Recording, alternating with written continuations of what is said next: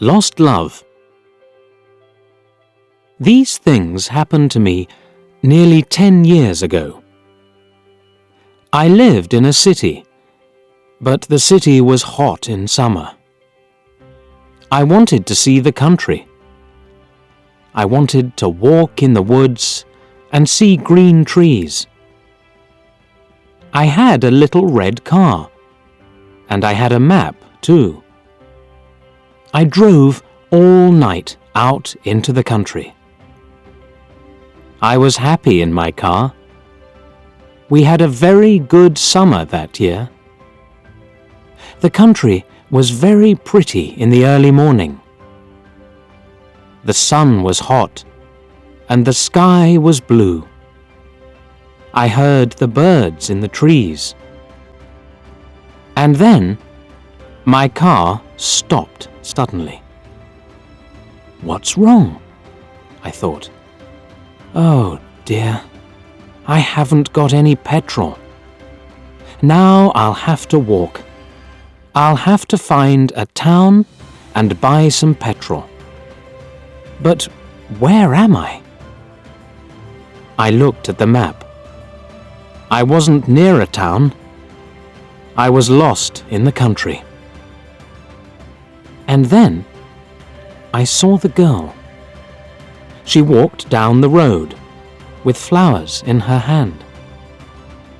She wore a long dress, and her hair was long too. It was long and black, and it shone in the sun. She was very pretty. I wanted to speak to her, so I got out of the car. "Hello," I said. "I'm lost. Where am I?" She looked afraid, so I spoke quietly. "I haven't got any petrol," I said. "Where can I find some?" Her blue eyes looked at me, and she smiled. She's a very pretty girl, I thought. "I do not know," she said. "Come with me to the village. Perhaps we can help you." I went with her happily, and we walked a long way. There isn't a village on the map, I thought. Perhaps it's a very small village. There was a village, and it was old and pretty. The houses were black and white and very small. There were a lot of animals. The girl stopped at a house and smiled at me. "Come in, please," she said. I went in. The house was very clean, but it was strange too. There was a fire and some food above it. I felt hungry then. That's strange, I thought. They cook their food over a wood fire. Perhaps they have no money. I met her father and mother, and I liked them. They were nice people, but their clothes were strange. "Sit down," said the old man. "Are you thirsty after your walk?" He gave me a drink, and I said, "Thank you." But the drink was strange too. It was dark brown and very strong. I didn't understand, but I was happy there. I asked about petrol, but the old man didn't understand. "Petrol?" he asked. "What is that?" This is strange, I thought. Then I asked, "Do you walk everywhere?" The old man smiled. "Oh, no. We use horses," he said. Horses? I thought. Horses are very slow. Why don't they have cars? But I didn't say that to the old man. I felt happy there. I stayed all day, and I ate dinner with them that evening. Then the girl and I went out into the garden. The girl's name was Mary, "This is nice," she said. "We like having visitors. We do not see many people here." We spoke happily. She was very beautiful. But after a time, she began to talk quietly, and her face was sad. "Why are you sad?" I asked her. "I cannot tell you," she said. "You are only a visitor here. We have to say goodbye tonight. You have to go now." I didn't understand. I loved her, I knew that, and I wanted to help her. Why did I have to go? But Mary said again in a sad voice, "You have to go. It is dangerous here." So I said, "I'll go to the next town and find some petrol. Then I'll come back." She didn't speak. "I love you, Mary," I said, "and I'll come back to you. You won't stop me." She said goodbye to me at the door. Her face was very sad, and I was sad too. I didn't want to go. It was midnight.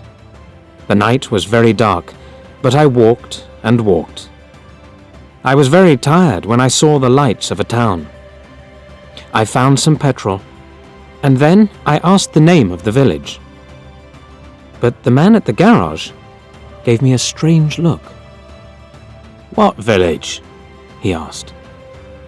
I told him about the village.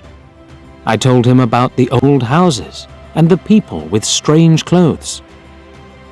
Again, he gave me a strange look. He thought, and then he said, "There was a village there, but it isn't there now.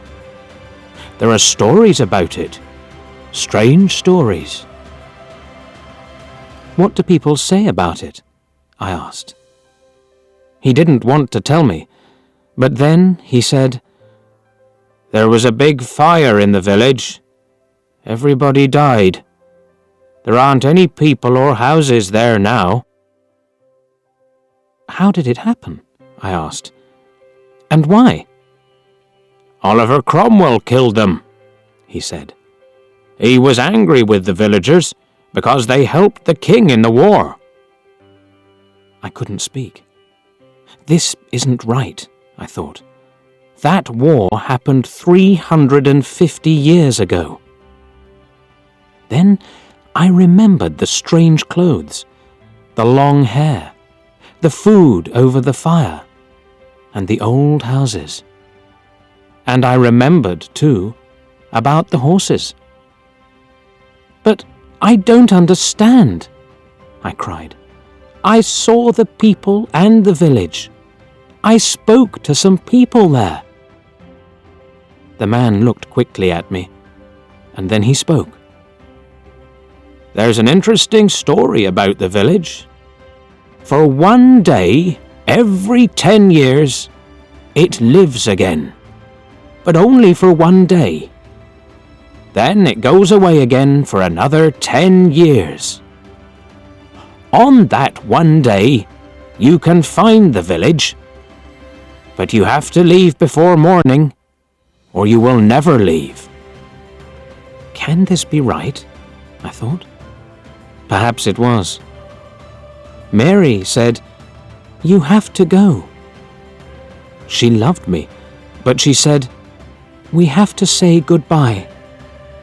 She was afraid for me. Now I understand, I thought. I went back to the village, but it wasn't there. I looked again and again, but I couldn't find it. I saw only flowers and trees. I heard only the sound of the birds and the wind. I was very sad. I sat down on the ground and cried. I will never forget that day. I remember Mary, and I will always love her. Now, I only have to wait 2 months. The village will come back again. On the right day, I will go back. I will find her again, my love with the long black hair. And this time, I will not leave before morning. I will stay with her.